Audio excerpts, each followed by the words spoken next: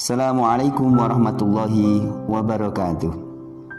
Sahabatku, ketika kita disakiti oleh orang lain, perasaan kita, hati kita disakiti orang lain, maka sangat wajar ketika kita meminta agar orang tersebut mau minta maaf kepada kita. Nah, kemudian ketika benar orang tersebut mau minta maaf kepada kita, pertanyaannya adalah, apakah kemudian hati kita lantas menjadi damai, kemudian rasa sakitnya hilang? Jawabannya jelas tidak. Rasa sakit akan tetap ada. Ya, perasaan mungkin mangkalnya tidak akan mudah hilang. Karena damainya hati itu tidak tergantung kepada permintaan maaf mereka.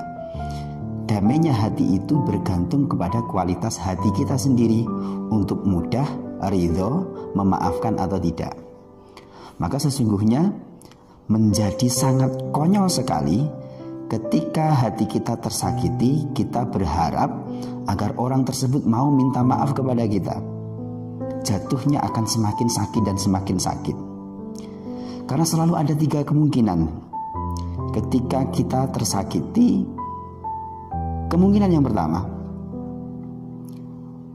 orang yang menurut kita telah menyakiti hati kita, aslinya secara syar'i dia memang tidak bersalah dan dia tidak merasa bersalah akan hal itu.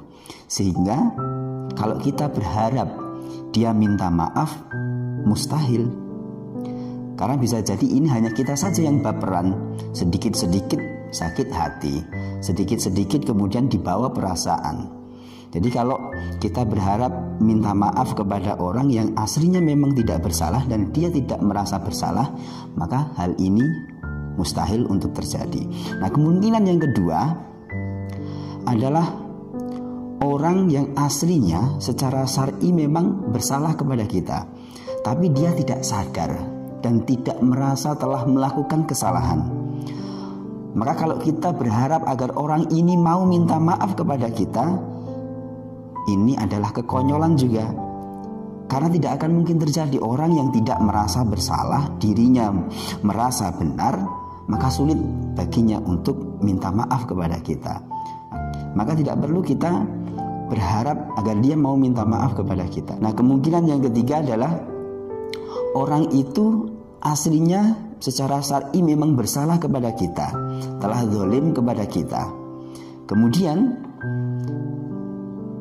dia tahu bahwa dirinya telah bersalah terhadap kita, tapi karena keangkuhan dalam dirinya, ada kesombongan dalam dirinya, dia tidak sudi untuk minta maaf kepada kita.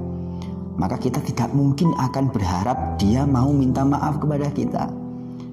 Nah, sahabatku, karena selalu kemungkinannya adalah 3 ini, maka kalau kita berharap agar orang itu mau minta maaf kepada kita, sebenarnya adalah perbuatan yang sia-sia. Karena sekali lagi, memaafkan itu bukan tentang orang lain.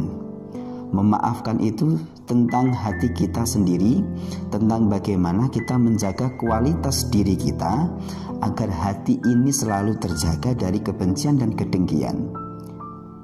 Oleh karena itu, kita mendengar bahwa derajat ketakwaan itu salah satunya akan diperuntukkan bagi mereka yang mudah hatinya untuk ridho memaafkan sahabatnya, saudaranya yang bersalah ataupun yang kita merasa telah dizolimi.